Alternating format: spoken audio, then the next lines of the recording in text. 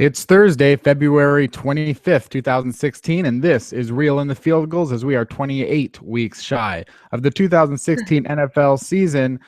Joining me as sometimes is my guest co-host Mina of ESPN The Mag, filling in for Danny Kelly, who was at the scouting combine in Indianapolis. Mina, thank you for joining us once again and filling in for the lazy Danny Kelly. No problem. What are your overall thoughts there on the NFL scouting combine? You know, there is debate to be had about its validity. I said on 3000 NFL mock draft this week, we had that same debate, and myself and Rob Staten, and I think that, you know, it doesn't seem like NFL teams are improving that much in the players that they choose. Mostly, I think maybe it's more of a publicity, not a publicity thing, but in terms of trying to make sure that you're not getting a Ray Rice type player. Maybe it's mostly just talking to these guys and really trying to find out who they are on the inside. And we've heard John Schneider and Pete Carroll each talk the last 2 days. What do you think? What are your thoughts on the combine? And did you hear anything about the things that John or Pete said that piqued your interest? Well, there's been a lot of talk this week about changing it, actually. I think some teams have come out. I can't remember which coaches, but they were sort of complaining about the fact that a lot of the drills were sort of irrelevant to what they were actually looking for. And I haven't listened to your guys' interview, and I'm guessing you talked about how it seems like the most important things tend to be the medical examination and the interview, right? Not really the stuff that's even on TV, which isn't, aside from the 40, not particularly entertaining, I think. Correct. But, you know, we're so desperate for NFL content this time of year, we'll watch anything. So I don't know. I mean, I don't know what kind of changes they'll make, if any, and I doubt that the NFL would want to give up programming this time of year.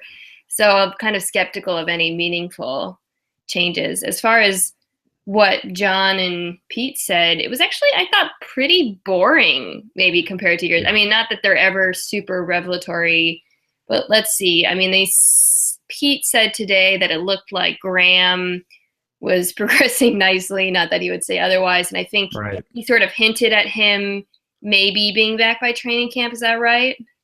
Yeah, I think that that everything was going well. We wouldn't give a timetable, but said, you know, left camp open as a possibility, and that Thomas Rawls sounded, you know, he sounded very positive about Thomas Rawls being ready. Yeah, and they both said he was kind of the clear. I mean, they talked about competing, but it seems pretty obvious that he's the number one candidate to replace Lynch, as I don't think they anyone. Just want to bring in some other guys, as you would expect for a team that, you know, is losing Marshawn Lynch and is probably not going to bring back Fred Jackson, and doesn't have, you know, technically doesn't have Kristen Michaels signed for next year, or Derek Coleman. So yeah, there is some competition there. Did you have any sort of hopes in terms of the running back for next year?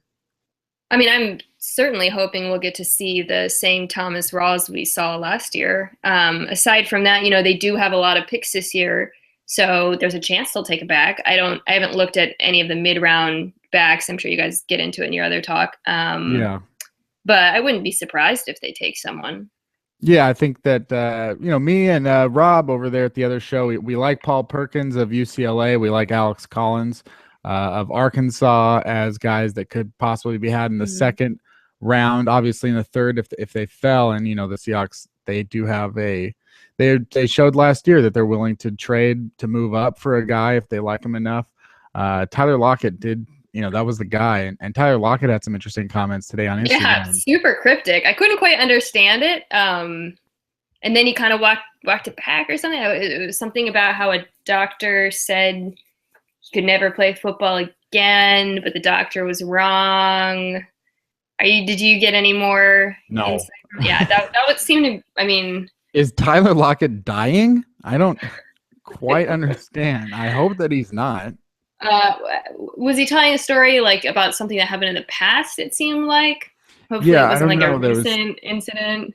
Right. And he said that, you know, he's waiting for something, and, you know, any one hit could kill him if he has this. It sounded like he has some degenerative disease or something like that. But it's really upsetting. You know, I always, when we drafted, speaking of, we're coming off on that, memorable anniversary. I remember I always do this as soon as we draft someone, I always Google their biographies, because if it's a guy who's not in the first round, I barely know anything about him. I've never heard of him at all. Frank Clark being an exception, who I had heard of.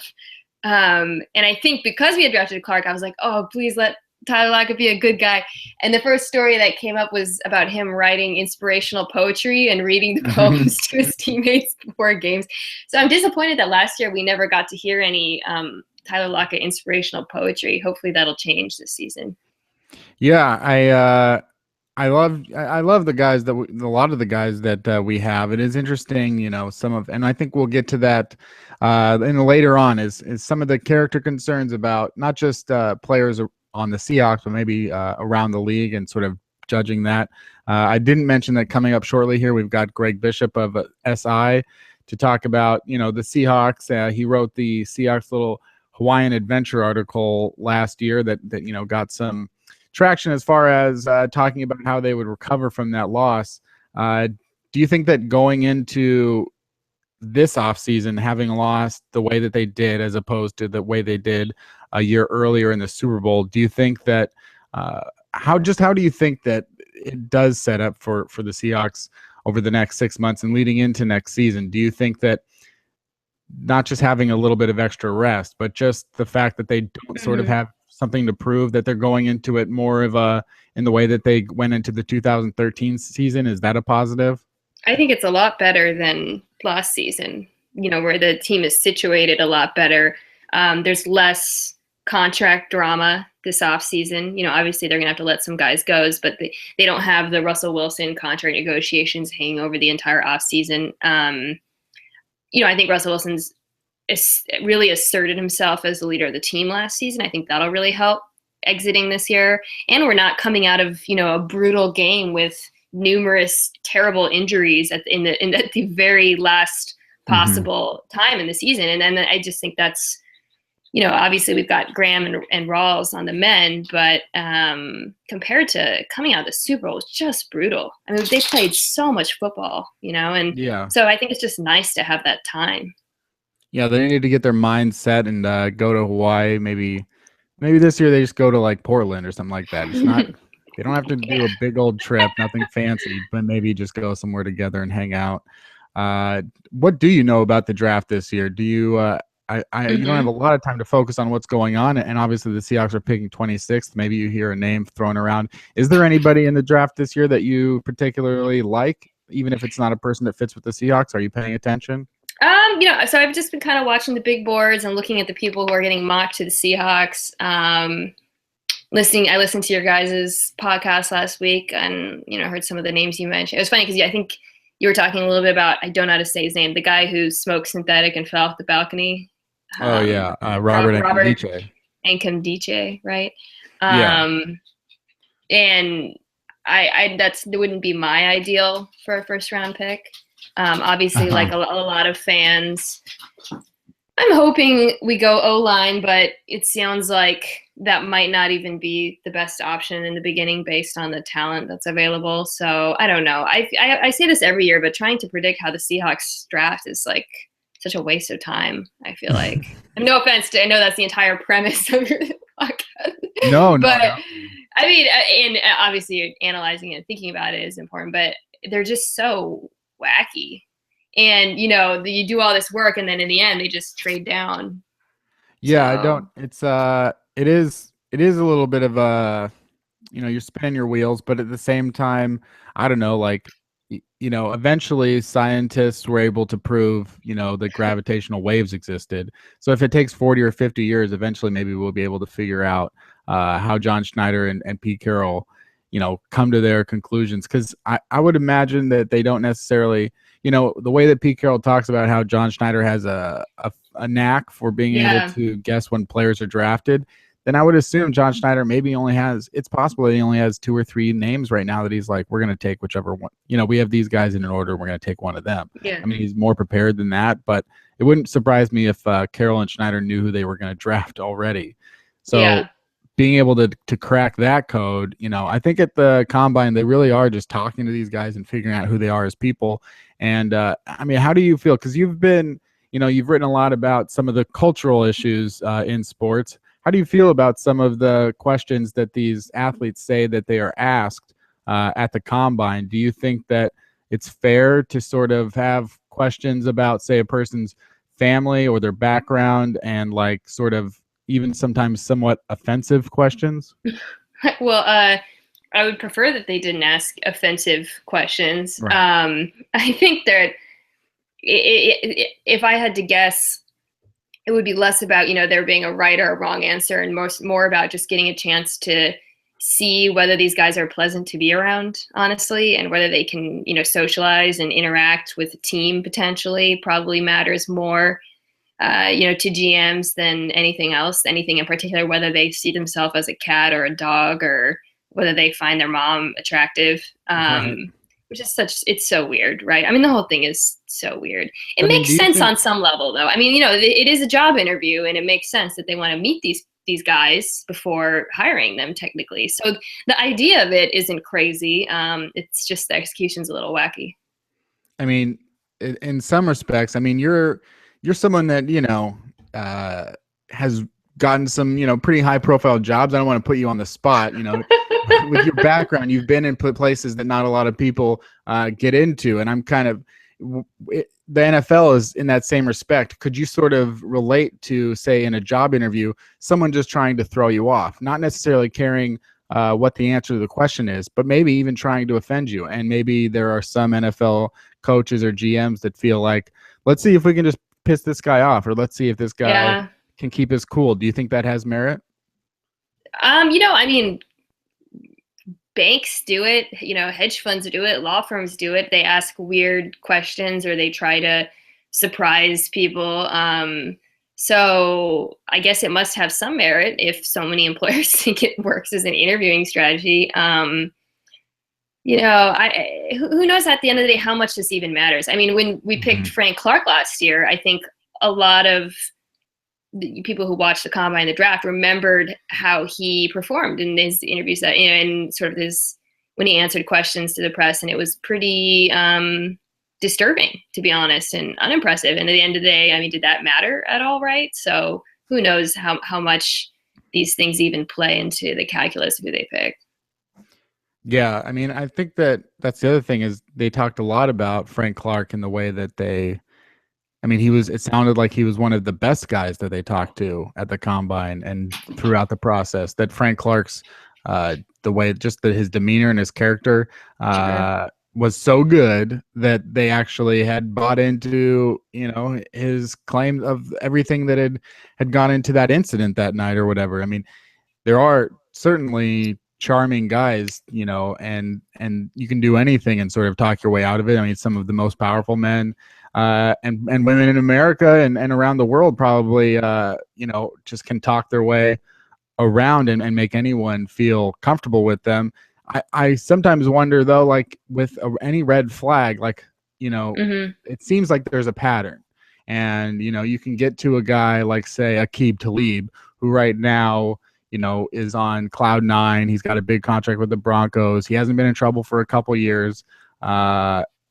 But every couple of years, it does seem like something pops up. Do you think that people do make mistakes when they're younger, but do you think Yeah. that that's something that people improve from? I mean, not to get so deep and political, but do you think that red flags of character is something that people can actually overcome, or do you think that's actually the most difficult thing to overcome? I think they definitely can. I mean, there's countless examples of players who have had incidents in the past, including players on the Seahawks. And, I think Bruce Irvin's an excellent example, a guy who had some quote unquote red flags in his past, and by all accounts has been nothing but an excellent, beloved member of the team and member of society, right, over the last couple of years.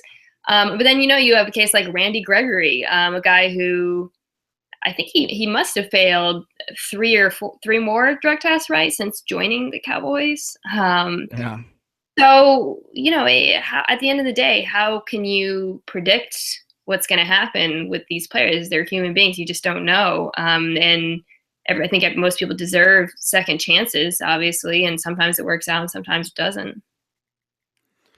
Yeah, that's the most difficult thing. Would you rather have a guy, and it's it's all takes it, but in a vacuum, uh, a guy that has an injury concern or a character concern on some level, like if it was a torn ACL and for one guy and a couple of maybe he was kicked off a team for Mm-hmm. uh, for another reason. There was another guy that got kicked off the team because of a fight at a bar or something like that. Would you lean one way or the other? I don't know. It's so hard to say. It really depends on the person. It depends on the issue.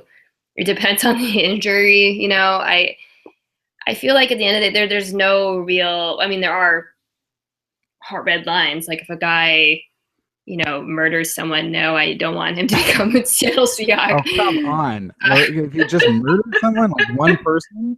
Just one person, right? Oh, wow. Um, but I think this is the problem, though, is you know when we talk about these issues, and this was again to go back to Frank Clark, when we were talking about it, it often tended to be black and white. Okay, does this guy deserve to be on the team and play in the NFL? And if you are questioning the transparency of how the team dealt with this, you're saying he does deserve to be on the team. And I think, it's possible to ask questions about a player's past without immediately jumping to that sort of decision about a player and a human being. And so the problem with football is all these character issues and questions of personality and integrity and history tend to be conflated with this, okay, well, they do or don't belong on the team, or you're saying they are or aren't a good person. And a lot of times people are just kind of talking around each other and over each other.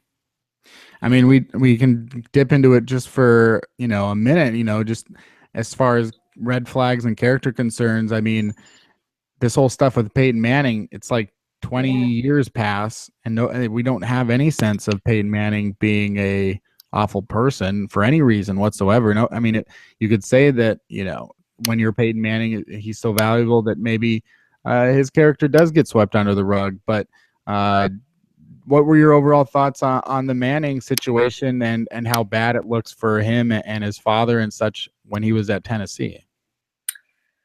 Well, I think it's a really serious incident, in part and largely because it's part of this larger pattern of behavior at Tennessee. And I think that's the context that it needs to be discussed in, which is, I don't know if you've been paying attention to the lawsuit brought against the university. I think there's been 8 plaintiffs signed on about just, this pattern of not taking sexual assault seriously. And even in the Manning case in particular, the incident that everyone's been arguing about is only part of a pattern in the claims that the women brought.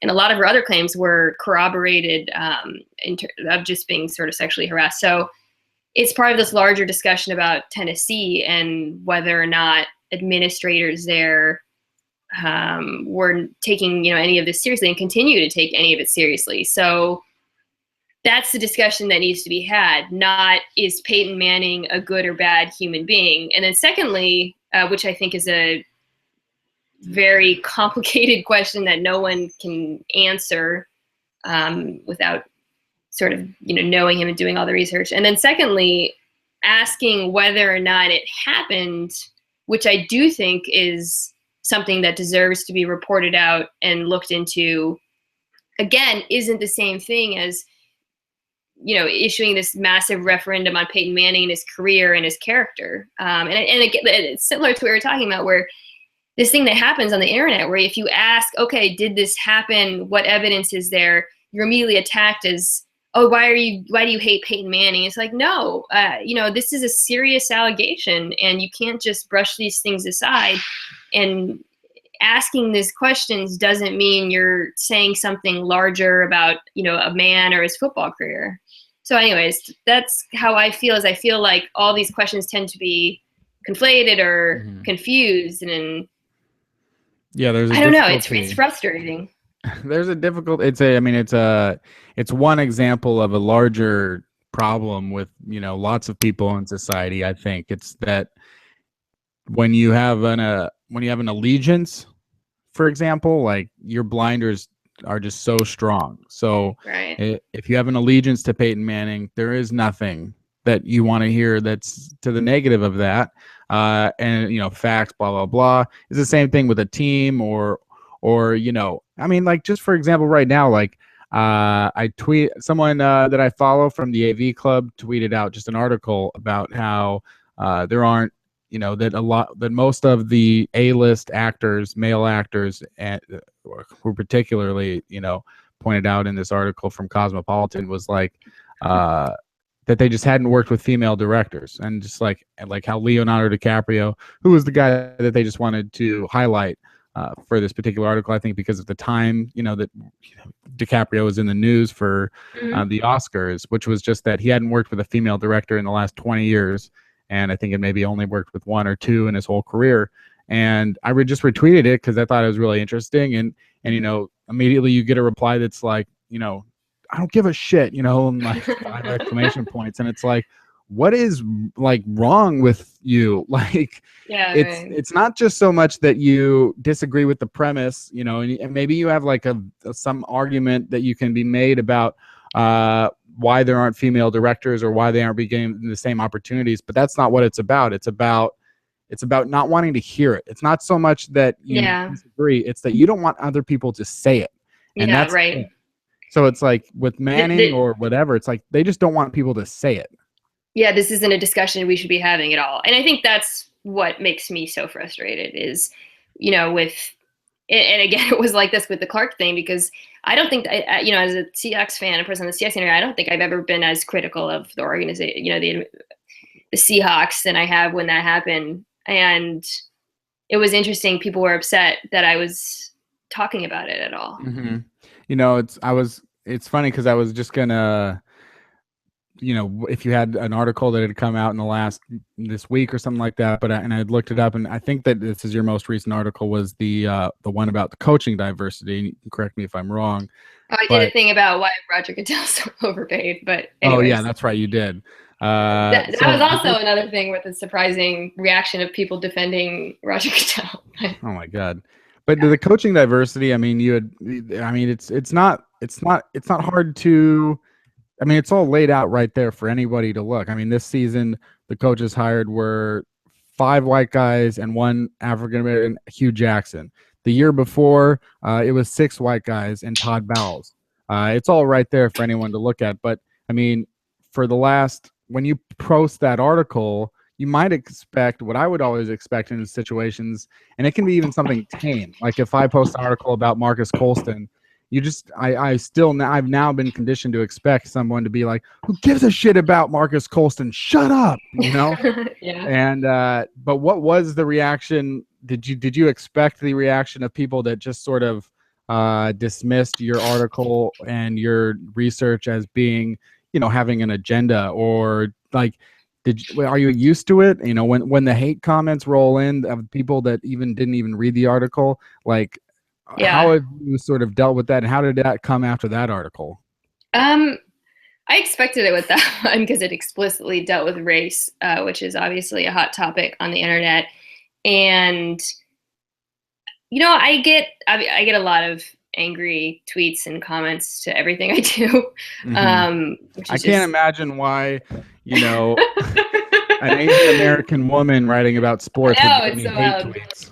And it doesn't bother me that much, mostly because 90% of them are people who either didn't read the article, don't understand a joke, or have trouble composing grammatical thoughts, and you can't even engage with it. So most of it isn't even serious like hate speak or anything like that.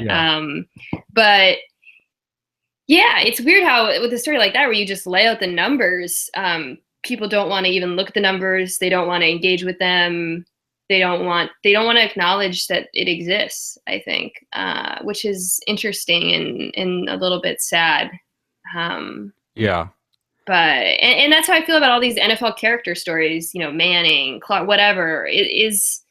There are just people so angry that we even talk about it, I think. And also, I think you're often accused of saying things that aren't actually the discussion you're trying to have.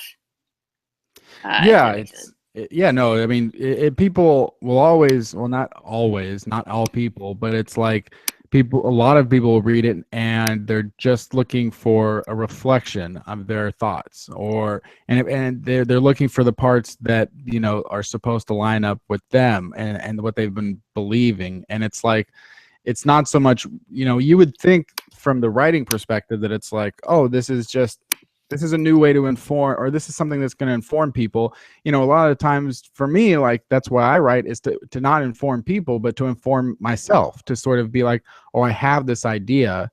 Maybe I'm wrong. Maybe I'm right. Let me do the research, you know, and then if you do the research and you put it out there, you know, sometimes I'll find out that I'm wrong. Sometimes you know, and then sometimes I'll, you know, when I hit a point, you know, then I know that for the next few years, I'm going to keep hitting that point. And, you know, in this case, I'm specifically talking about, say, Andrew Luck or something like that. Oh, really? You know, where it's like, fine, you know, yes, probably every article about every time I'm mention Andrew Luck, yes, I'm coming from the perspective of me seeing him as, you know, the 15th or 16th best quarterback in the league. Who's going to be your quarterback this year, Kenny? Who's going to be your Cam Newton of 2015 and your Andrew Luck of 2014? If I had to make a bet, who would I pick? Kirk Cousins, maybe? I don't know. You know, you've had, and every single one of them has fallen to the wayside for the most part. Andrew Luck, you know, coming in 2012, you know, Robert Griffin III, Colin Kaepernick, you know, they all come and go. And then to a lesser effect, you know, you got your Nick Foles or whatever. And it sort of feels, it's the same thing that informs how I think about, you know, sort of red flags in a way. And it's that I don't really think that players change that much. I think that the who you are is usually who you are. I don't see a ton of improvement. I only see more opportunities. And that's how I sort of see it. I do think Cam Newton got better as the season went by. And I mean, I don't want to have this whole... Not just... He got better as the season went on, same way that Russell Wilson did. Yeah, but for sure. I don't think they both did. Yeah. Well, I think that Cam Newton, his ability to have the huge second half that he did, I think he still had that ability in 2011. I think that what happened was, well, maybe not 2011, that's very early in his career, but say 2013 or 14, he has that ability. And it just so happened that for that stretch, they were playing the worst defenses in the league. That's, you know, when you see how he played against the Denver Broncos, when you see how he played against the Seattle Seahawks, other than in the fourth quarter, you saw the guy that he is as a passer. And I think that that's who he is. And when I look at Russell Wilson, who, other than the first half of his rookie season, has been consistently one of the best quarterbacks in the league, you know, that's what I'm more concerned about. And I think that with a guy like, say, Andrew Luck, you can look at a guy that has been, he will get better in the respect that he will probably get better offensive coordinators. He will find those years when he's playing terrible defenses. He will find that time, you know, right now they've been trying to give him some of the best skill players in the NFL. And mostly it falls short, but there could come a time when he finds his Marvin Harrison and Reggie Wayne. Right now he's got T.Y. Hilton and Kobe Fleener or whatever. But I think that's when his numbers will improve. But for the most part, I think players stay the same. I think the improvement levels only get so much, and then you just see the decrease. At that point, I think you're just pretty much only getting worse. I mean, was J.J. Watt? He's not improved. He came into the league as a superstar. Russell Wilson came in pretty much as a superstar. I don't think the players improved that much. I think, look at Thomas Rawls. I think that he came right into it, and unless the injury bugs him for the rest of his career, I think he's going right into it. I think if you look at another example being Melvin Gordon. So wait, are you arguing that players don't improve? There aren't examples of NFL players who have demonstrably improved over the course of their careers? Because that's a pretty bold take. It's like when you step back and think about what you're saying. The word take has really negative connotations. It's a take, though. Ken, it's a take.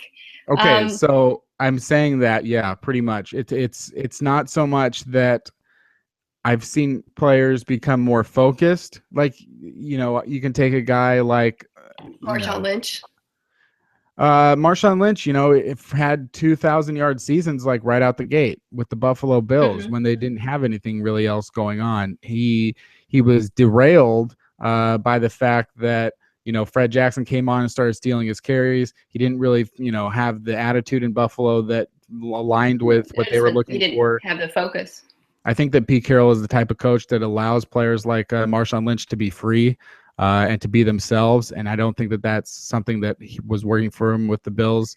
And so I think that the talent is always the same for the most part.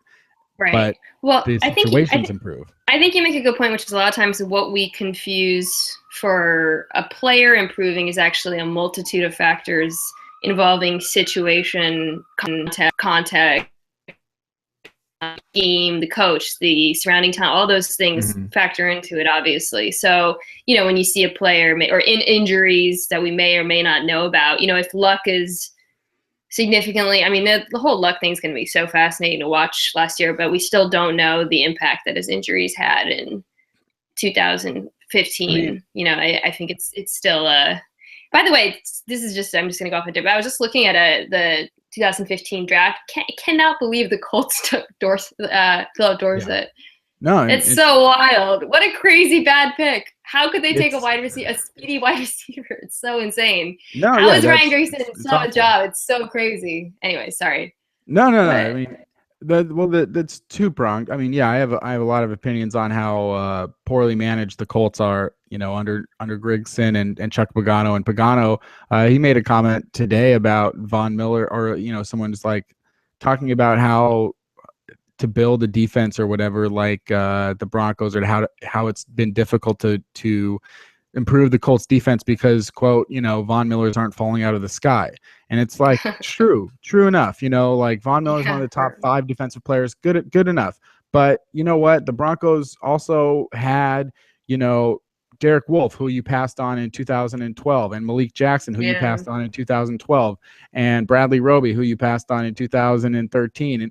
And not every, and there were so many players. It's the Colts don't even try. Yeah. They don't even try. They traded a first-round pick for Trent Richardson. The only first-rounder that Grigson has drafted was Bjorn Werner, who had nothing. He had 0 sacks last year. He's off the team pretty much. They've drafted way more offensive players than they have defensive players. They have not been good in free agency with, spending all their money on guys that are really pretty much finished or overrated, like DeQuell Jackson. And they're just not good at it. And the best thing that they've done is trade for Vontae Davis, at a time when Davis, he wasn't lining up with the Dolphins, and they traded a second-round pick for him. But, yeah, he's really bad. But to get back to the point about players improving, I mean, I would happily, if you can think of examples with the Seahawks or whatever of guys that you think, maybe for the first 3 or 4 years of their career weren't that good and then became good, I would gladly, do you think the debate. Do you think the Doug Baldwin we saw last season is the same Doug Baldwin we saw at the beginning? Yeah, I mean, it's really interesting. Come on, you don't think he's gotten? I'm not saying he made this great leap, but you don't think he's gotten better? Like, what do you think that Doug Baldwin was better at? Other than, we have the numbers, but what do you think he was actually more good at in the second half of last season than he was for the first 4 and a half years? I think he's become a better route runner than the Doug Baldwin we saw with, in the beginning of his career with Trevor. Actually, it's funny. Doug Baldwin, I would say maybe I'm thinking more to like 2012, Russell Wilson's first season. I mean, in a case of a wide receiver, I mean, that's a guy that is, is usually in control of himself, and at the same time, because you have wide receivers who transcend offenses, like say an Anquan Bolden, who has been successful for 3 teams. But at the same time, it's so much dependent on the quarterback and the offense as well, because you can be. Well, of course. You could say that about any player. I mean, there's so few players that you can isolate them, right? I mean, this is the thing about football, is everything is so dependent on each other, and it's hard to say one thing notice, except for quarterbacks where, singular improvement or singular success is so obvious.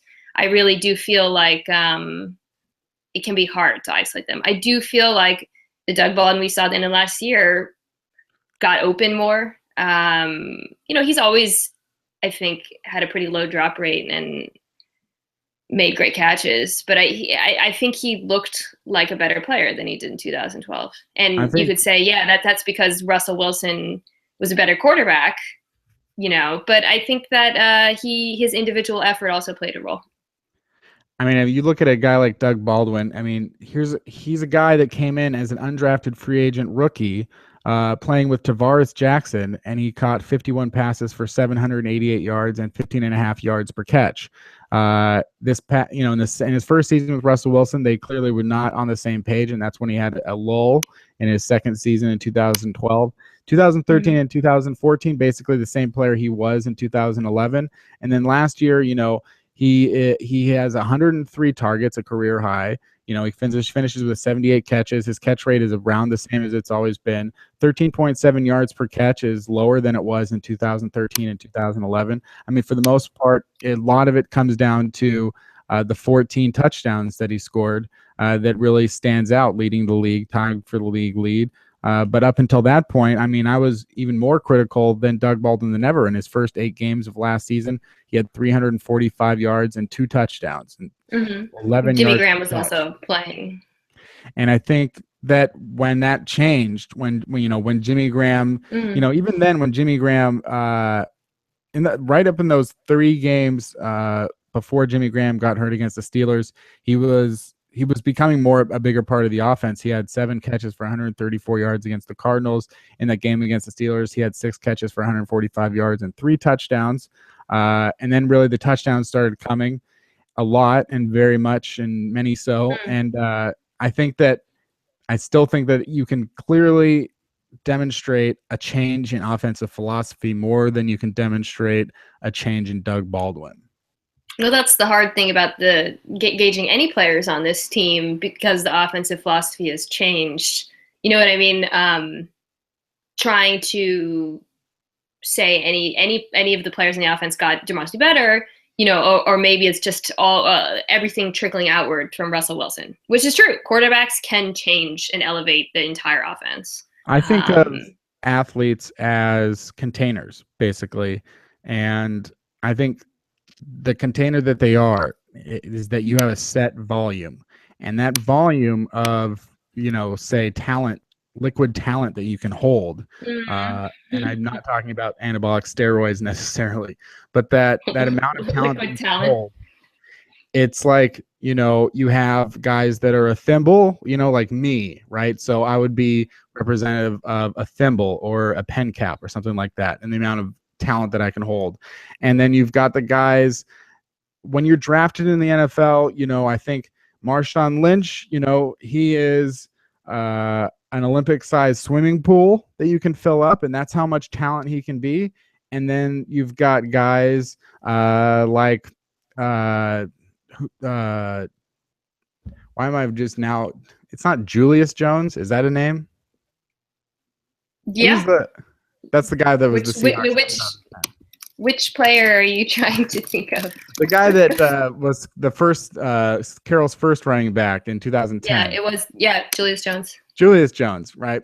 And I don't know when he was cut, but yeah. Yeah, I mean, from Notre Dame and all that kind of stuff. But he had more higher expectations. But at the end of the day, I think he was a bucket, and that's as much as he could ever do. And I think a lot of the guys, it's really just how much liquid the coaches and the surrounding players can put into that player. And for the most part, I just don't see guys improve other than sometimes statistically based on their situation. I mean, I would like to find more examples of guys that it's like, look at how like you can look at a guy and be like, I want to see something where you're telling me that I can look at, say, Blaine Gabbert, right? So Blaine Gabbert, you can look at his time in Jacksonville. You can point out how bad he was at throwing passes, at identifying defenses, at literally everything. And I want to see, was that guy for the 49ers last year? And if he wins the job this year, is he now more accurate? Is he now more in command of the offense? Can he read a defense? I feel like we saw that with Kirk Cousins. I don't think Again, he's amazing. I don't think he's a top 10 quarterback even. But I mean, that guy's interception rate. I mean, he really improved on a number of metrics, and just watching games, he did look like a different quarterback. I mean, yeah, I won't fight you too hard, on Kirk Cousins, but I will say that I'm just once trying to set him again, up for your hate hard target for well, next no, I year. mean, that is, I mean, I'm way ahead of you. I've already been very vocal.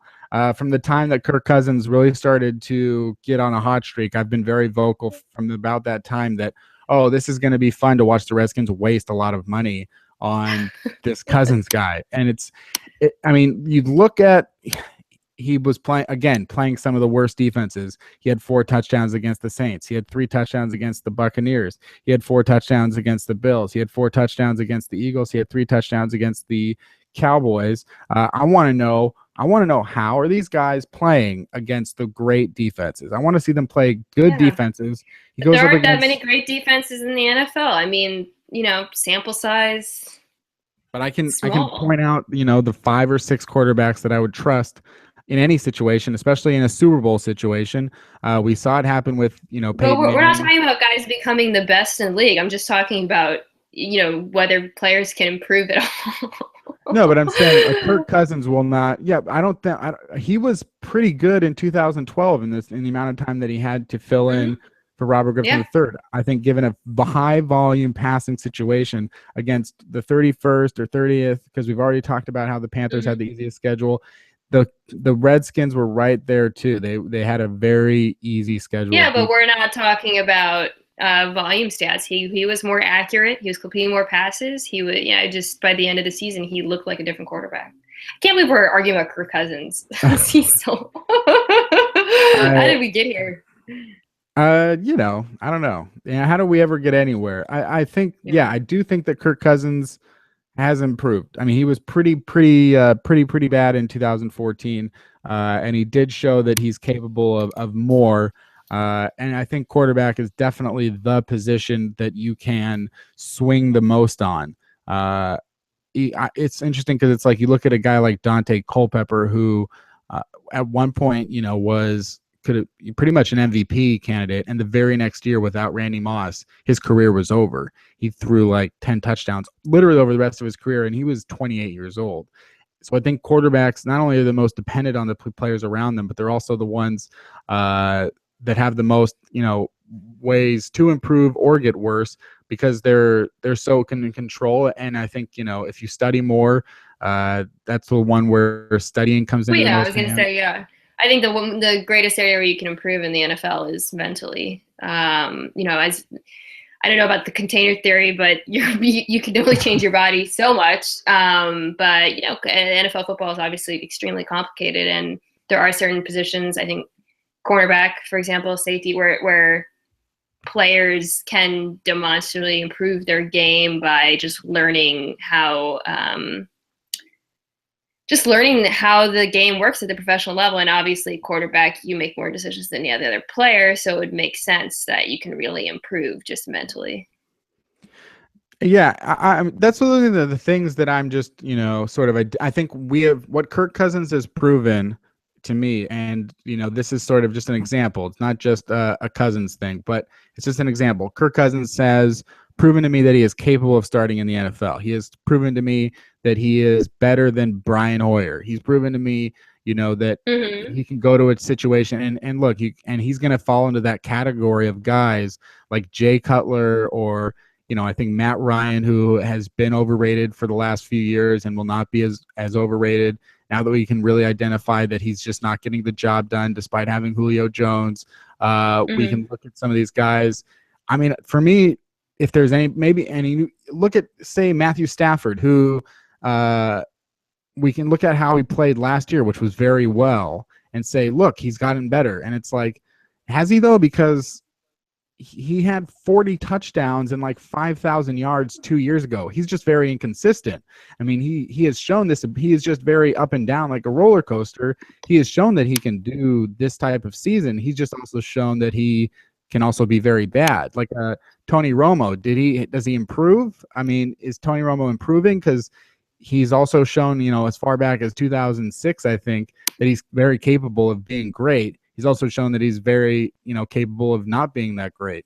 I don't know how much these guys actually improve. I can't say for sure that, Tony Romo, for the 3 years that he was sitting on the Cowboys bench unknown, that he wasn't ready to step right in, because I think very few people would have expected Thomas Rawls as an undrafted free agent to be so good right away, or Doug Baldwin, or for Russell Wilson to start on day one as a third-round pick.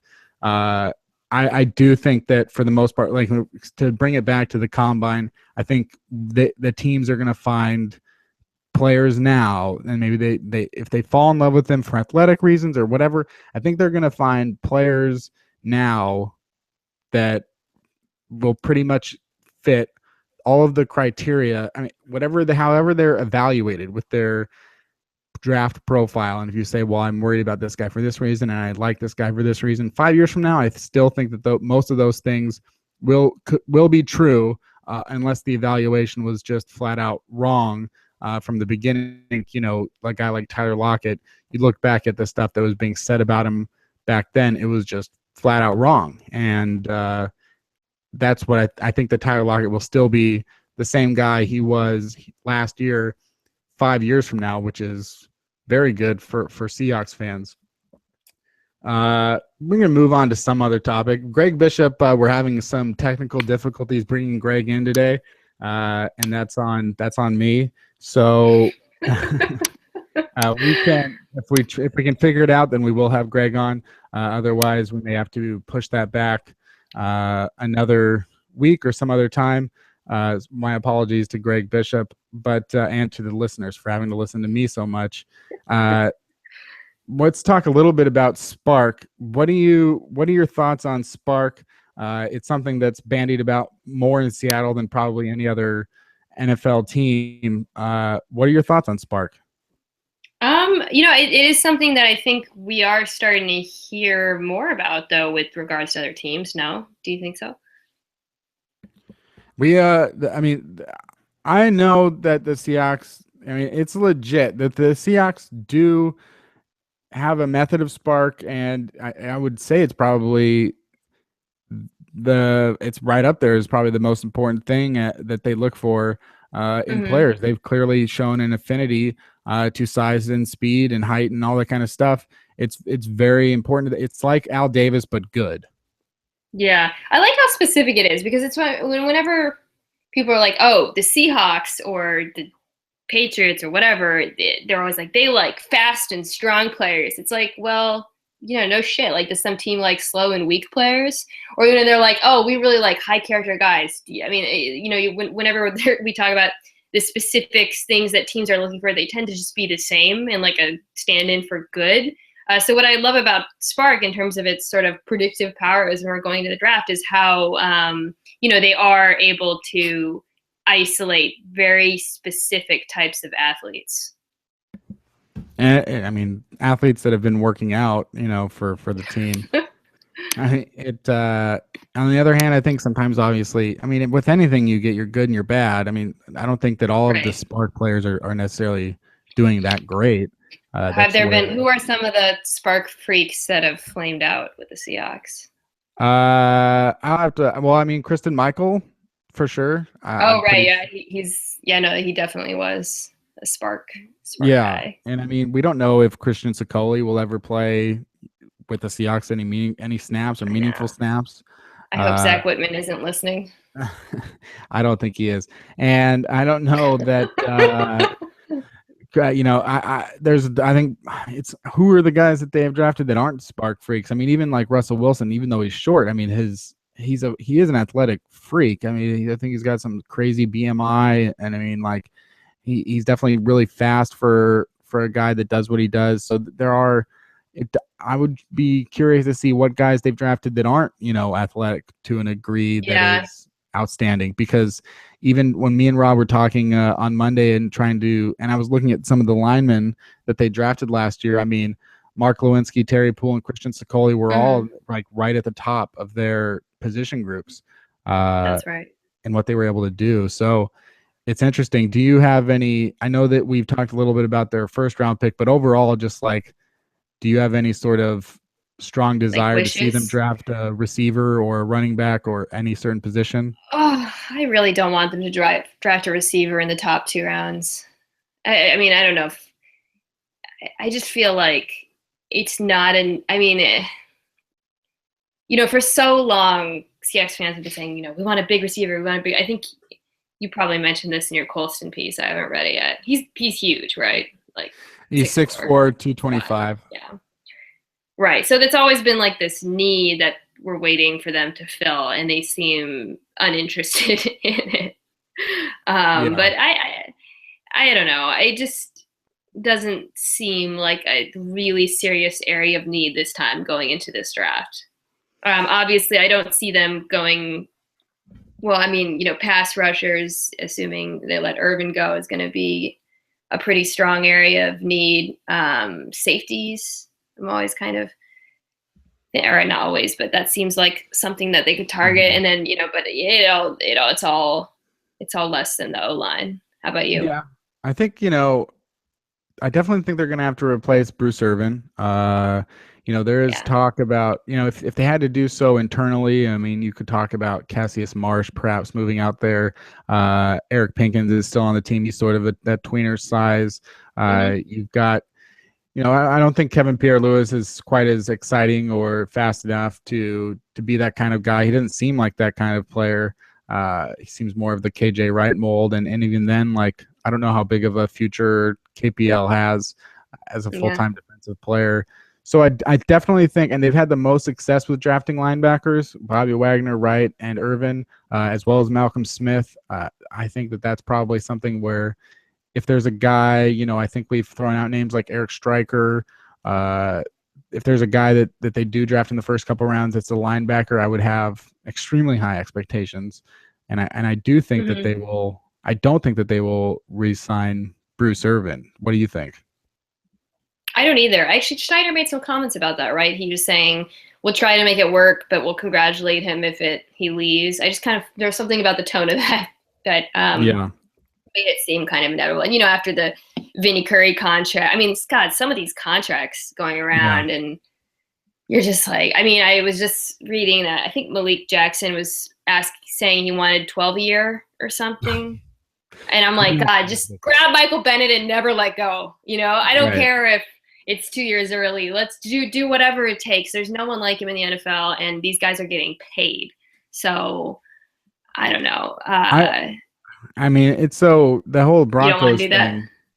Oh, the No, Bronco. Yeah. no. Well, no. I mean, I'm I respect and love Michael Bennett, and I wish that was possible, but it's not possible for them to make an exception for any player on the team in terms of their negotiation stance, because he's not the only one that probably deserves more money, and he won't be the last one. And it's Yeah, but if they offer it to him and it's not a negotiation and he doesn't hold out, that might be a different sort of precedent. Just saying. maybe. I would love for something to work out that makes him happier, because I mean, obviously, firing his agent and going to Doug Hendrickson, Marshawn Lynch's Marshawn agent. Lynch's agent, it sends a message for sure. Yeah. What were you saying about the Broncos? Sorry.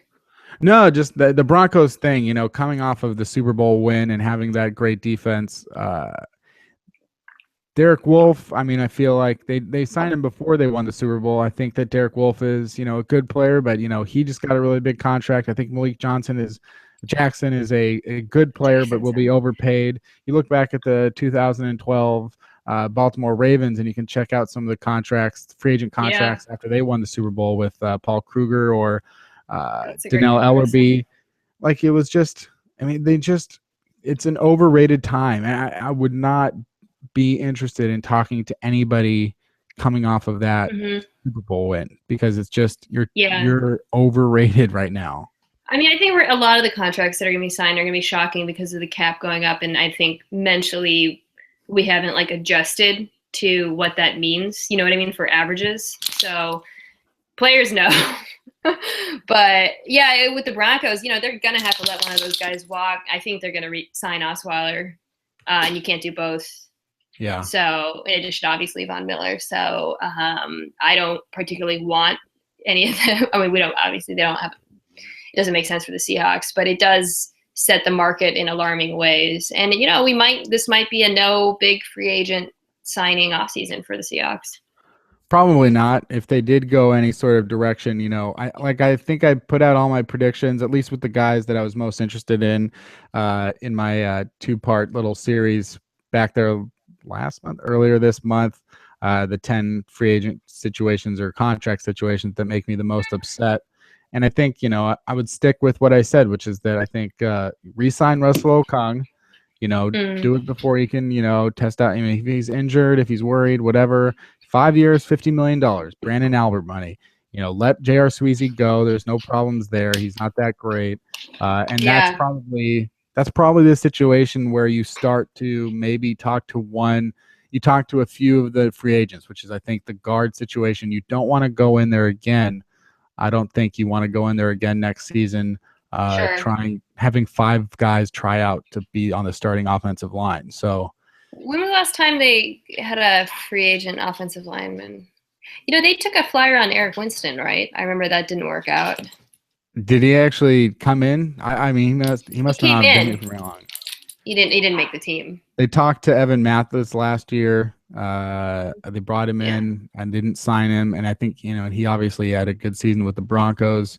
Uh, yeah. So the biggest signings, I did sort of write down every free agent that they've signed since Pete Carroll. Well, not everyone, but the most important, most key ones. And for the most part, you're talking about mostly going back to 2010, 2011 with Robert Gallery was probably the most money they've ever given to a Yeah. free agent offensive lineman. And he only came around for 1 year. Ben Hamilton was a guy that they had signed from the Patriots. He was only around for a short while. But other than that, they pretty much only draft Sure. these guys Yeah. or undraft What them. I think you made a good point about with Russell Okung because there just aren't left tackles out there, and there are a fair amount of guards hitting the market. I think I've heard Davis say that it's a more guard heavy draft too, so it does seem like an Yeah. area where they could try to improve. And yeah, maybe look at the free agents. Why not, right? I mean, it's interesting with the Seahawks. There's some areas, it feels like there are certain areas of the team where free agents tend to thrive, obviously the defensive line, and then areas where they don't, the defensive backfield. So with the offensive linemen, I feel like we kind of don't know, but it might be something that's worth trying. Yeah, I don't think that I mean, they're never really ever super interesting in free agency. I mean, they are interesting, but they're never really they're not going to be the team that makes a splash, especially now with their cap space relative to everyone else's, especially after they have to take care of their own guys. They definitely have to. They definitely will be giving out some raises and trying to keep some guys, but it's not. I don't. Other than you could go back and look at in the beginning when they had spots to fill and guys that they needed to improve. They could go out and get Sidney Rice and Zach Miller. But even then, when you sign Cliff Averill, who got a 2-year, $10 million deal, very low key. Mm-hmm. Michael Bennett, a 1-year, $4.5 million, very low key. And then they become big re-signings, but I wouldn't see them go, Atiba Rubin, I see them sort of not doing a Right super on interesting the defense. thing.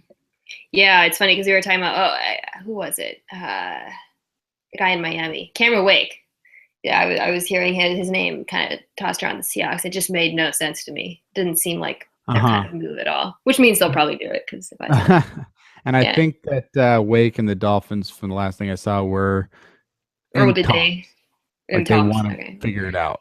How old is Uh, he? He's got to be like he's 35 or something, right? he's turning 34. Wow. Yeah. I do think that because he really started his NFL career around 26 or 27, I do see him having, an impact for a couple more years at Oh least. yeah. You can be old enough. I mean, God, Demarcus Ware in the Super Bowl was unbelievable. Yeah, and I mean, there's talk So about DeMarcus Ware having to renegotiate if he doesn't want to get cut by the Broncos, if you can believe that. how much are they paying him? Oh, they signed him Uh, for a ton. Now I well, they remember. signed him Yeah, for it was a 3 years, lot. 33.5 million, if I recall correctly. So I'm That's right. assuming this is, going to be a 10.5, $11 million season, which is, he's 34 or 35 years old. And they do need to think more about Von Miller and Brock Osweiler if they're going to talk about the long term. Do you think Yeah. that the Broncos? I mean, they don't have a good quarterback. They're in danger of Mm-hmm. losing some of their key players. When you look at the next season, before we know exactly how everything sets up, I mean, where do the Broncos even fall in your power rankings of sorts in the NFL? They couldn't they're not. They couldn't possibly be number one, right? No, I think the Patriots and the Steelers are better positioned, but I still think they'll be good. I mean, that defense, it's not that old, and they do have a lot of pieces that are signed at reasonable amounts. They've drafted well. Shane Ray was a great pick. I think they've got Brandon Marshall locked up. TJ Ward. Yeah. Did they So re-sign him just recently? Because I know that Brandon Marshall was a restricted free one of agent. one of those linebackers is locked up. Oh, he's a restricted free agent. Okay. Yeah. Yeah, I don't know. I don't think I think that defense, which was phenomenal, will still be phenomenal next year. So any quarterback, Brock is going to be better than Peyton Manning was, I think. So I don't know. I don't see them taking such a huge decline. Isn't it's DVOA always says defenses have a harder time repeating, right, than offenses. I feel like the Seahawks have probably changed that arithmetic over the last 2 years. But I don't know. I see them at least competing. Don't you? Well, competing, sure. I mean, when you look at their cap situation at the moment, so if they have 8 million without doing anything, 8 million estimated cap room. Obviously, they're not going to keep Peyton Manning at what he's been making, so that saves 19 million. So that gives them a nice amount of room, 27 million. They could save 10 million by letting go of DeMarcus Ware, who is going into his 12th NFL season. If they did that, then 37 million. So then you would sit there and say, okay, great, they can even get better. They're the Super Bowl champions, and they can bring more guys in. But let's say that at that point they have zero quarterback, so they'd have to resign Brock Osweiler, and if they were going to go that direction, and that's going to take up, that could take up their first season, 9, 10, 11 million dollars of their cap room. So that immediately goes away. They haven't, at that point, they haven't signed Von Miller, and if they give him the franchise tag, that's 15 or 16 million dollars. They'd be losing possibly Evan Mathis, who was probably their best offensive lineman. They have to re-sign starting tackle Ryan Harris. They would also, Danny Trevathan is an unrestricted free agent. Malik Jackson has not yet been re-signed. Ronnie Hillman is an unrestricted free agent. So CJ Anderson is a restricted free agent. Brandon Marshall is a restricted free agent. So yeah, I think that they're pretty much, I don't see them necessarily getting better. I think we're talking about them the way a lot of people were talking about the Seattle after the 2013 or 2014 Super Bowl, with the exception being Seattle and Russell Wilson. I think their defense is so good that even losing a few of the pieces and replacing them, I still think it's going to be good enough to carry them next year. And I don't like to be the guy that's always stirring up something, but because every time we have guests or whatever, like I always feel like, bet about how good the Broncos will be. Okay. Well, not just a bet, but yeah, you go ahead, and then we'll make this bet, and then I'll say what it is. Do you think the Broncos get at least 10 wins next year? Let's say stand by your guns. No, but I'm saying to make it clear, I would take the under on 10.5. Okay. 10.5. Yeah. This is bull. I haven't even looked at their schedule. Oh, good. We did figure out. So we got Greg Bishop to get in here. Greg, you're coming in just the right time. Greg, can you hear me? Yeah. Can you hear me now? Yeah, we got you. Wow. Ken and I were betting on Ken was taking the under on the Broncos getting 10.5 wins next year, and I was taking the over. Under or over on that? Yeah. I like the Broncos as being pretty good next year. I think that they got to figure out what they're going to do at quarterback. I think that'll be the big depending factor. But appreciate you guys having me on. Thanks for getting me on. Yeah.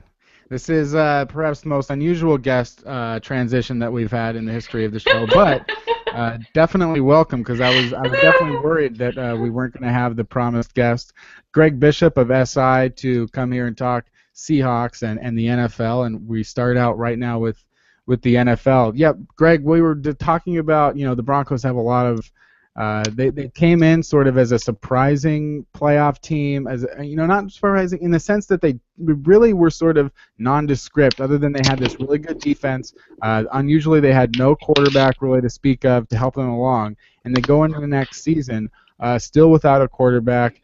They have to re-sign Von Miller. They have other guys that they could lose, like Danny Trevathan and Ronnie Hillman and Malik Jackson, that could be gone if they aren't able to re-sign them. So, in my estimation and in my experience, if you have a stable quarterback, you have more of a chance to be stable year to year. If you look at some of the teams that won with bad quarterbacks, and most recently, you could look at the 2000 Baltimore Ravens and how did they react after winning the Super Bowl. The 2002 Tampa Bay Buccaneers, where did they go after winning the Super Bowl? So for me, I'm putting the Broncos on a path of under 10.5 wins. So do you think that the Broncos, where would they be in your power rankings for next year? Man, that defense looks so good over those final two playoff games that I would probably pick the over there. To me, what's interesting is everything you just described, because do they pay Brock Osweiler the money? Like, say another team offered him $16 million a year or $17 million a year. Do you put that money into Brock Osweiler, or do you put it into all the free agents that you just named? I think what we saw last year, though, is if they can get Von Miller under the biggest contract for a defensive player in league history, if they can retain the core of that group that dominated Brady and Cam Newton in the playoffs, I think it's safe to say they'll be back in the same consideration. That said, they won, 11 games by 7 points or less, so it's not like they were dominating throughout the year. I think the defense, though, if it stays together, could help them with almost any quarterback, but then the question is, how low they go. Yeah, I mean, Mina, I know you're on the overside. Just, do you have any pause at all, though? I mean, but to both of you guys, Greg, you're talking about 16 or 17 million for a guy that got benched really for Peyton Manning last season, the worst quarterback in the league pretty much with where he was at. I mean, there's no way. There's got to be pause at giving Brock Osweiler any kind of contract. Yeah, but he wasn't benched for Peyton Manning because he was worse than Peyton Manning. He was benched because they wanted to play Peyton Manning. I mean, I don't think that's a referendum on him or his play. Not that he looked outstanding, but I thought he was at least replacement level and could easily take a leap forward next year. I think, the bigger challenge is probably not the bigger challenge, but as you mentioned earlier, they do have some pieces on the offensive line that they might have some trouble re-signing, and that could be a challenge. But, I mean, we just saw that team win a Super Bowl with no offense to speak of, so if they can retain a lot of pieces of the defense, they'll at least be competitive. Yeah, and I think their ideal world is that no one else overpays for Brock Osweiler, and maybe they can get him for a lot less than 16 or 17 million. I think they don't want to overpay for him. If they can get him for 12 or 13, I mean, we don't really know the market yet, then I think they'd be able to re-sign some more of those other parts. So, I just think that defense can carry them to right in that 10-win range, and we've seen them win close games. So if I was betting, I would take the over. Would you rather have Brock Osweiler or Sam Bradford? Oh, man, that's a great question. They have a lot of weapons already. I think Demaryius Thomas had maybe one of the worst 105 catch seasons you can have last year. Mm-hmm. But I'd imagine that he'll come back. Emmanuel Sanders, obviously a great player. Maybe Vernon Davis eventually becomes a factor there. And for all those reasons, I would probably take Sam Bradford, but I think I'd almost want to just flip a coin in that scenario. It is an interesting market about the guys that could be available. If you're talking about Manning, if he's going to come back, if you've got Osweiler, if you've got Bradford, do you have any thoughts on where Colin Kaepernick ends up? Because it seems to swing, and you mm-hmm. confidence right now, any sort of GM or coach confidence in a situation like that, it's just to talk. It seems like. So, what are your thoughts on Colin Kaepernick's future? Yeah, I think that could, to me, the best spot for Colin Kaepernick right now is in San Francisco. I don't expect him to be back there.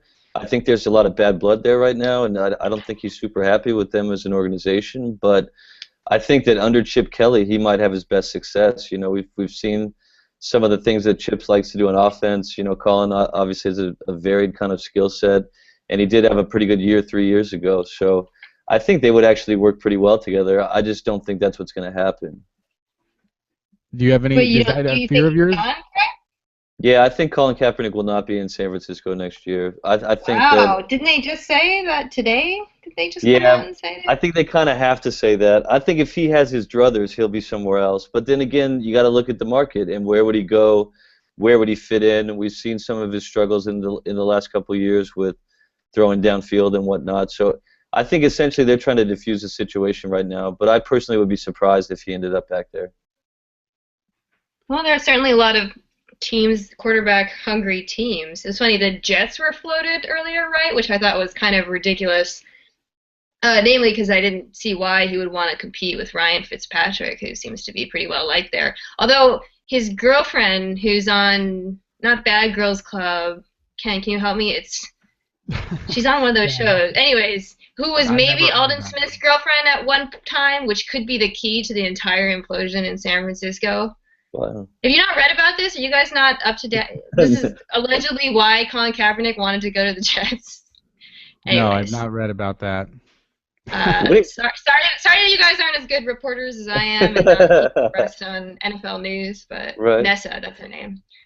Wouldn't Kaepernick and Ryan Anyways. Fitzpatrick be like the best quarterback competition ever? I mean, could you have Oh my guys that God. two more opposites in a market that I know. would dissect every single movement of the beard and the flexing and like just the memes alone? I Yeah. think would make that so worthwhile. Well, that's It another would be interesting. beneficial. That's another interesting situation, though, because as far as I can tell, Ryan Fitzpatrick is not signed for next season either. So the Jets have to decide what are they going to do with Ryan Fitzpatrick. You've had one guy who just came for the first time in 10 years or whatever, finally came within a game of a playoffs and didn't get there. It was a terrible performance in that game. It didn't work out. We can talk again. There's a ceiling with Ryan Fitzpatrick, obviously. Is it worth the Jets' time to try again with Ryan Fitzpatrick, Greg? Yeah, I thought he fit really well there last year, and I thought he connected really well with Brandon Marshall. And I think the Jets look at him as a leader and a guy that pretty much positioned them for a playoff spot last year, at least to be in the running for it. And I think they'd like to get him done too. It just sort of again depends on money. Like, is there a quarterback-hungry team that's going to offer him some absurd amount of money for a year or a 2-year contract? What about one of the names that and I just kind of threw this together, but I had predicted it, and I'm just going to keep running with it. What do you think about Chase Daniel as an NFL starter? Oh my God. How many throws has Chase Daniel made in the NFL? How many throws had Tyrod Taylor made before last year? Yeah, Tyrod Taylor, man. I think Chase Daniel, if you're looking at it right now and you look at the whole thing and you say, well, I can give, Ryan Fitzpatrick 2 years, $20 million, $24 million, something like that. I can give Brock Osweiler, a contract, something. I can go out there and all these things. But if I was looking at Chase Daniel and it was like, well, I'll give you the Tyrod Taylor deal, which is, 2 years, $8 million, incentive-based if you win the job. Like, I think that there's at least a ceiling with Chase Daniel that you don't get with Ryan Fitzpatrick, and it's at least worth a shot, and it's not a prohibitive shot. I mean, Greg, the Jets still have to figure out what to do with Muhammad Wilkerson, right? Yeah, not just him, but Harrison, and like there's a lot of moving parts there. That's part of what happens when you take the approach they took, which was to sign a bunch of guys in a 7-day window and spend a ton of money. So I think Chase Daniel had all the measurables in college.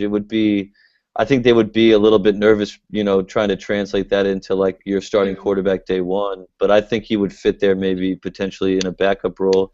And look, they've got pretty good receivers, better than we thought going into last year. They've got an aging kind of offensive line that's been rebuilt in the last couple of years. I mean, I could see him being like a good fit as a backup there for sure, especially if Fitzpatrick money is $24 million or whatever. Have you guys noticed that Chase Daniel looks exactly like Blake Bortles? No, Or I like had a not yet perfect noticed mix, that. a perfect mix between Bortles and Roethlisberger. Sorry, I was just Google imaging him. Well, what did you guys think of Blake Bortles last season? If we're going to stick to the topic of quarterbacks, it is interesting to think about because he does put up all these big numbers and whatnot. Me and Mina were earlier arguing about whether or not players actually improve over the course of their careers or if the situations improve. I think that Bortles, he did improve as most people do, especially quarterbacks from rookies to second years. But I think at this point, he's still going to be what he is. And I think you can clearly say that there was some influence with the offense and with having two, really great receivers. Greg Bortles was among the league leaders in things like passing yards and touchdowns. I'd be curious as well. What do you think of Bortles? Do you think he's like the type of playoff franchise quarterback? And looking at that AFC South, do you think that Bortles could actually be better than Andrew Luck? Yeah, I think that he's legit. I do agree with you, though, that I think it depends largely on the people that are around him, having the kind of receivers that he does outside. I think if the team is built around enough for him to succeed, I think he'll be successful. And I think what we've seen with Andrew Luck was maybe a little bit of an injury regression. I still like their team. I think they have to reload a little bit, but I think the Jaguars are moving in the right direction. I think their offense is one of the better offenses potentially in football next season. Mina, the Jaguars are they're kind of like the hipster pick, I feel like, this offseason. I've been hearing them crop up a lot as maybe being a sleeper in the same way that like Minnesota was last year, and that actually proved correct. So who knows? We'll see. It definitely seems like the AFC South is a division for somebody. I mean, in some respects, I could see the Titans. If they drafted Laramie Tunsil and if that had a huge impact, if they've got $56 million or something like that in cap room, if they were able to attract an Alshon Jeffrey, I think they're going to obviously spend a lot of time trying to build around Marcus Mariota. But yeah, I definitely could see the Jaguars making those strides as well to win the AFC South. One of the other things, though, that we were talking about earlier, Greg, we had a far too long debate on how good Kirk Cousins is. If most quarterbacks were about to enter free agency with the numbers that Kirk Cousins just put up, they would be perhaps the most prized free agent of the last decade. Quarterbacks that do these kind of playoff quarterbacks that had great, he had like 7 straight 100 passer rating games in a row to end the year. He made the playoffs. But not a lot of people really buy into Kirk Cousins. Do you? I do, definitely, and I think isn't this like the most Kirk Cousins thing ever? Like he plays well, he gets hurt. He plays well, they don't believe. He plays well, RG3's back in. I mean, I don't think it should really have gone any other way. It just seems to be the way that they've always looked at him in Washington. The guy continues to produce. He continues to win. I think what you saw last year was an offense that got pretty explosive, and a team that was way better than people thought, if not very good. And I would pay him. I think that they had a good thing that got started there last year, and that division is kind of a mess. And I would want to try to keep that all together.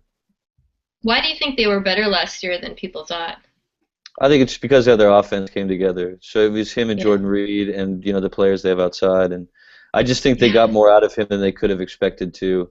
And maybe that's just because we always have low expectations when we think of Kirk Cousins. I don't know why that is, but he's sort of like the sushi in Iowa of NFL quarterbacks, the best sushi in Iowa.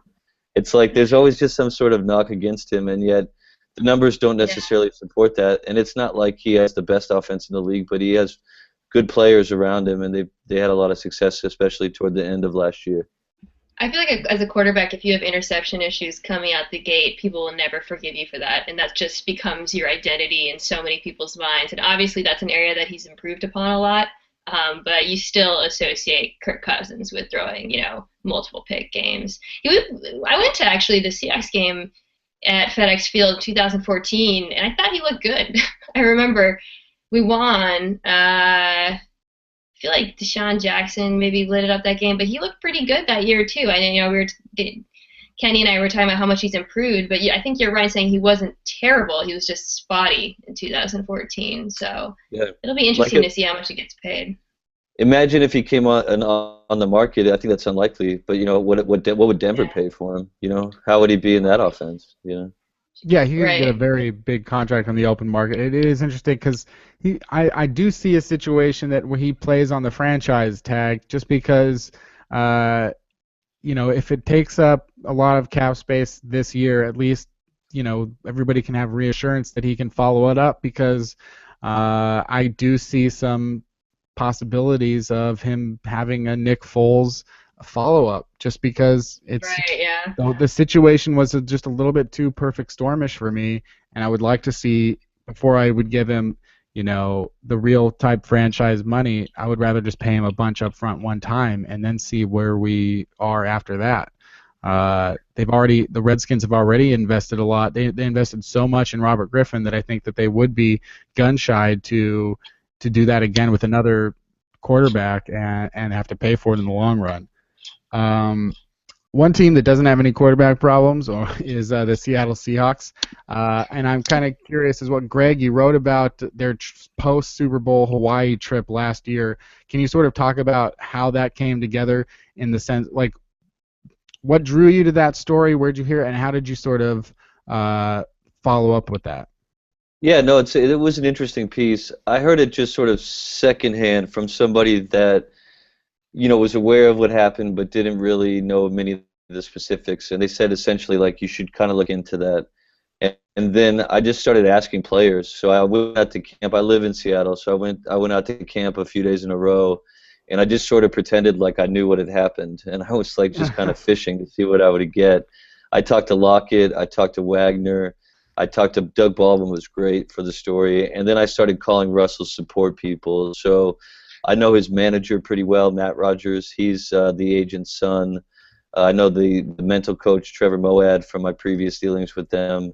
And they were a little bit more protective of the trip and how it came together and what happened than my initial source. But a guy like Baldwin just kind of served it all up. And so you just wanted to essentially be able to pin every detail on like three people. You didn't want one guy who felt like it was a big deal and three other guys who thought it was sort of stupid. And so I just was running all these different details by people.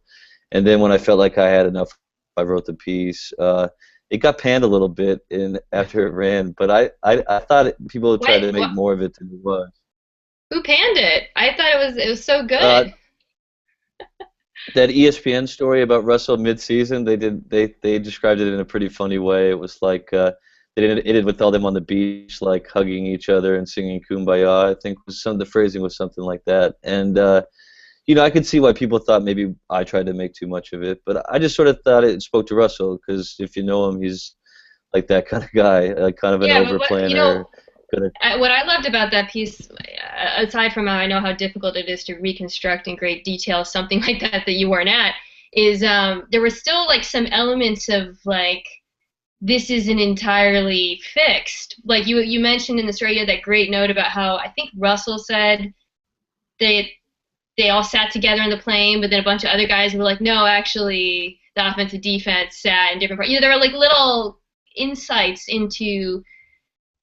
This is the great mystery about Russell Wilson, right? Is that do people actually like him on the team? Right. And I thought that piece had a lot of really amazing kernels of insight into, that it is a complicated issue on the team. He isn't necessarily the most beloved locker room guy, and it's an ongoing debate about the Seahawks. But I thought that there was just so many interesting glimpses of the team's sort of chemistry.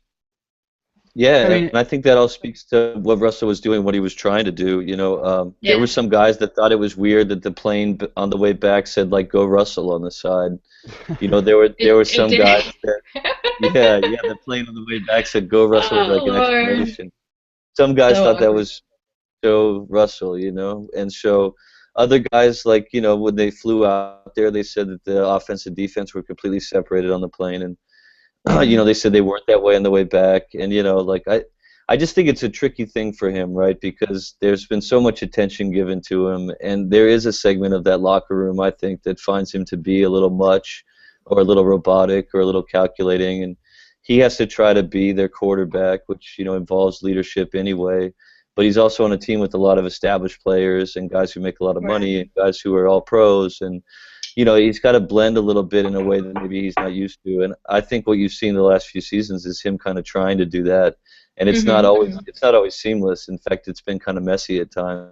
But we kind of forget that he's young and that this is going to be like a continual process going forward.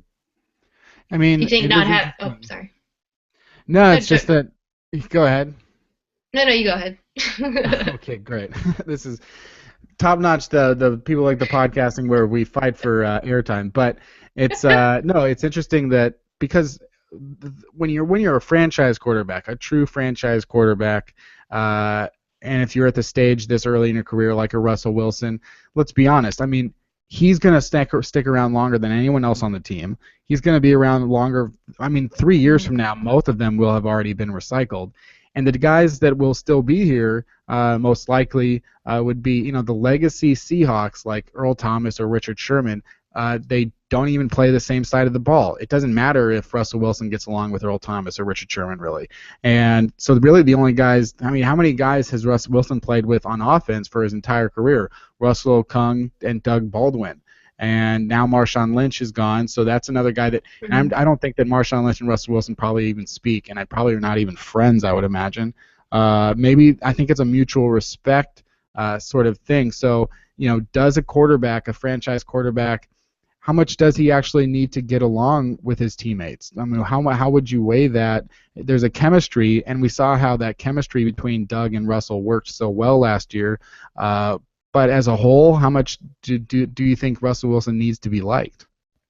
Yeah, well, I think I'd look at it a couple ways. One is I do agree with you that I don't think it's as important he gets along with the defense as with the offense. But I do think it impacts the team if there's a segment of the defense that finds the quarterback to be like, not the guy that he's made out to be. I think that impacts the team in ways that you saw early into both of their last seasons. I think that there is just sort of a mentality to the Seahawks in the way they play, and I think there was some question as to whether Russell truly fit that mentality.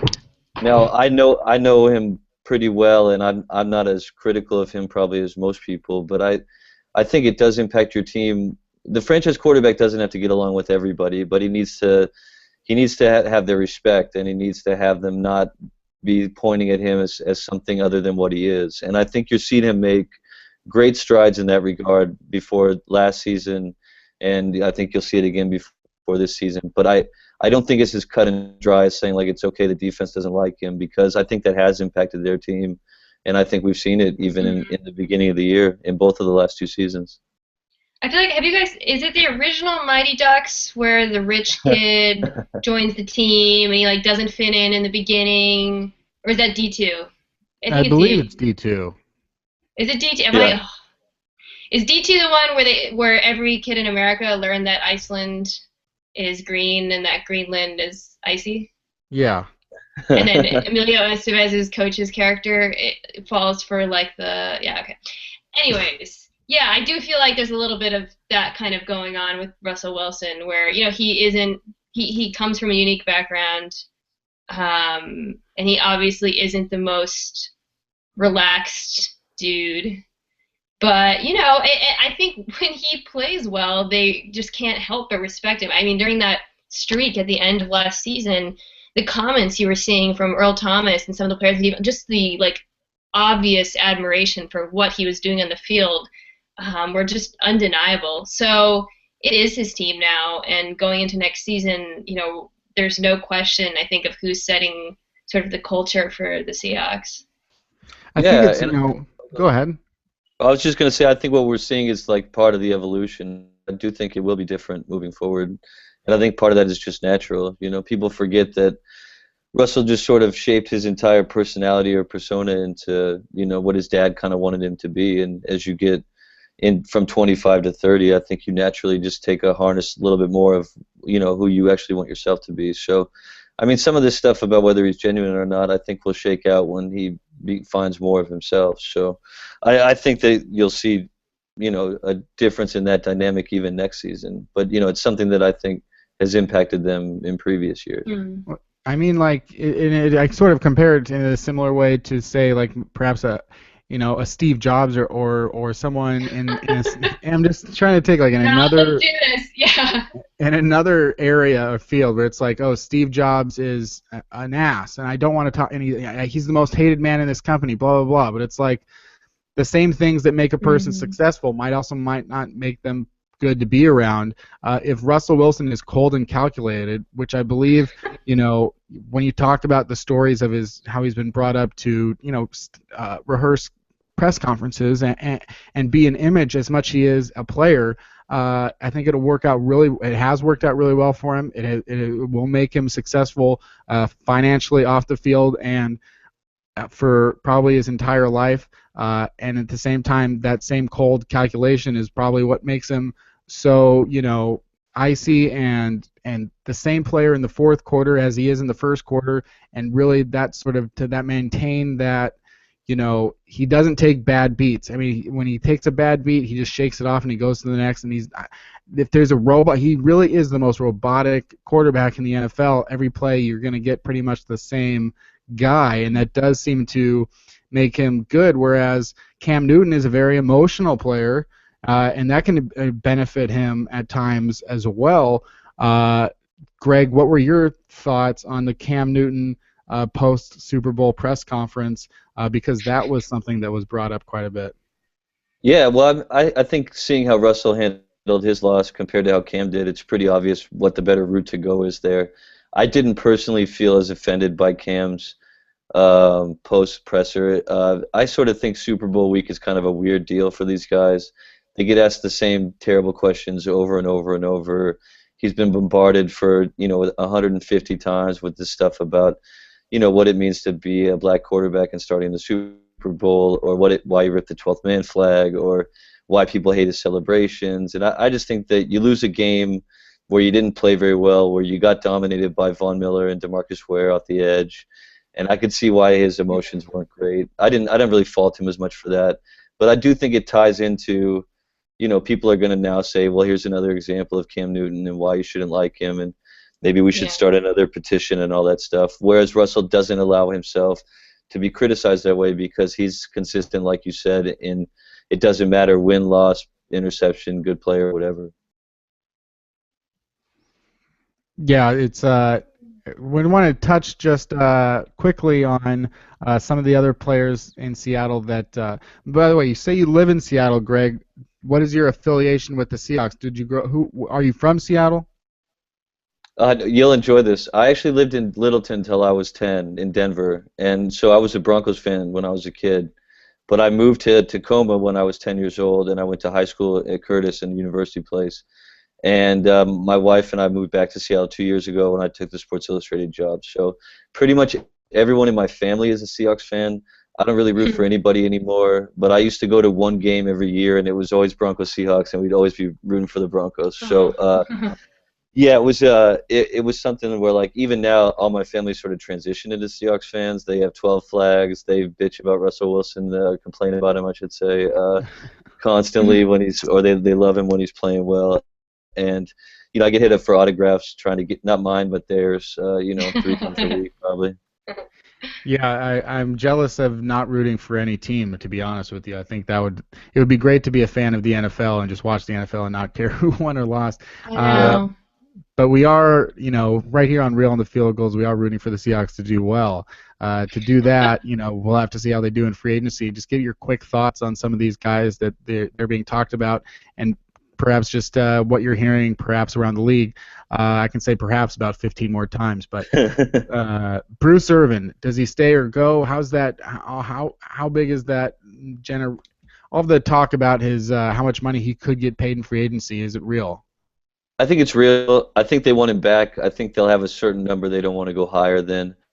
To me, Michael Bennett would be more of a priority. I know he's not up this year, but he's obviously outplayed his contract. I think he's the best player on their defense. And, when you're looking at prioritizing, they have so much money out to so many guys already that, they're going to have to make some tough decisions. But they like Irvin, and they like him a lot. I just think they wouldn't. They'd probably set a number and not overpay for him. Greg, Ken and I were debating earlier about Michael Bennett. Seahawks have this hard and fast, we don't do extensions before 1 year rule. And I was saying, after I saw the Malik Jackson number come out, I was like, God, just grab hold on Michael Bennett and don't let go, and who I think is a better player. And I was saying to Ken that I want them to break that rule for him and do something. Maybe it's not a full-fledged extension. Maybe it's just, rolling over some money. But I do feel like if he's not initiating or holding out, maybe it's not setting a bad precedent. I don't know. I'm curious what you think. I think that, I think they've broken the rules sometimes before. I think in this case it makes sense. I mean, you saw that documentary with Bill Belichick after the Super Bowl, and he's saying 72 is killing us. If you talk to personnel people in the league, Yeah. they'll tell you that Bennett is one of the more underrated players, like in all of football. I think this was his first Pro Bowl, and you're just essentially, Yeah. which is crazy to me because he's been a dominant player for a long time. But last year and the season before in particular, he was just very good. I think players in the locker room, they recognize when you're reaching to pay a guy, or when they think you gave a guy more money than he deserved. I don't think there are many Seahawks that would look at a Bennett extension and say this guy didn't earn that money, or this isn't going to help our team 3 or 4 years down the road. And Michael's a pretty unsentimental guy. I mean, he loves being in Seattle, but if they do let him hit the open market, if they can't get something done, he did just change agents. I see him as not being the type of guy that would stay just because they've been successful. And I don't see it as necessarily setting a bad precedent. I mean, the Steelers, gave money to Antonio Brown because he's freaking Antonio Brown. Like, you look at some of these players, and it just, I don't think some random players are going to come out and be like, well, Michael Bennett got, money. Like, you're not Michael Bennett. So, I don't know. I hope they do it personally, but that's just my wish. He's also, like, the best quote in football, so, like, if I can keep him close to home, near where I do my interviews, I think that, What would you what about just one of the other big names pretty much that probably will be right at the top of their priorities would be Russell Okung. It's very hard to find a left tackle. What are your thoughts on Okung's free agency? Yeah, to me, the rest of their line needs some work too. So this is like a real tricky one. What do you do with the guy who's been banged up in the last couple of years and used to be a pretty elite player, but now I think we would classify him more as like a solid starter at left tackle. I mean, to me, that's another question of how much are you willing to pay? I mean, would you give him, in the mid-teens? Would he want more than that? Would he command more than that in the open market? I mean, I think the thing to consider there is, as you mentioned, left tackle is a hard thing to find. We saw how some of the guys they tried to plug in and play at other positions didn't really work throughout at least the first half of last year. So I think if they can get close to a deal with him because he's comfortable with Russell, because he's played at a decent level for a while, I think they'd like to get him done. But I think he might command more than in the open market than he's probably worth to them. Yeah, it's a tough situation for the Seahawks to try to decide what to pay Okung and whether or not they should take the risk of, lowballing him or overpaying him if before he finds out what he could get on the market, which I think is a lot. I want to thank Greg Bishop for coming in and managing to and fighting the good fight to get the technical issues figured out so that we could figure this out. Again, before you came on, I take full responsibility for the issues on the technical side. So thank you so much. I like that he came in going, hello? Hello? It's a really wonderful entrance. I just want to thank our tech support in India, because without them, I wouldn't have gone on this at all. So yeah, props to timing tech support. Yeah, props to the folks in Bangladesh. A positive review of tech support. You heard it here first, right here on Real on the Field Goals. So follow him on Twitter at Greg Bishop SI. Greg, you working on any more Seahawks off-season trips articles right now? I imagine they're not going to Hawaii. Yeah, well, I bet they go anyway. I don't know if it'll have the significance it did this year or if it will be a full team thing. It might just be more the position guys. I think there's always stuff to do with Russell Wilson, so potentially you could see that. I pitched a story on doing something on him in December that he turned down. But I'd be interested in revisiting the same idea, and I have long wanted to write a John Schneider profile, so we'll see if my begging ever pays off. Yeah. Yeah, we would love that. So tweet at Greg Bishop over and over again. Hey, where's that profile at? And just don't let up. Just keep bothering him for the entire offseason. Tweet at John, because that'll get it done. Public pressure, Yeah, let's put the public pressure on John Schneider so we can get that profile done. He's a fascinating guy. Thank you so much, Greg, for joining us, and thank you, Mina, for filling in for Danny Kelly, who could not make it this week. It's been a very supersized and great episode of Real on the Field Goals. Follow on Twitter at Field Goals. Subscribe on iTunes. Go to fieldgoals.com, and remember to next week to keep it real.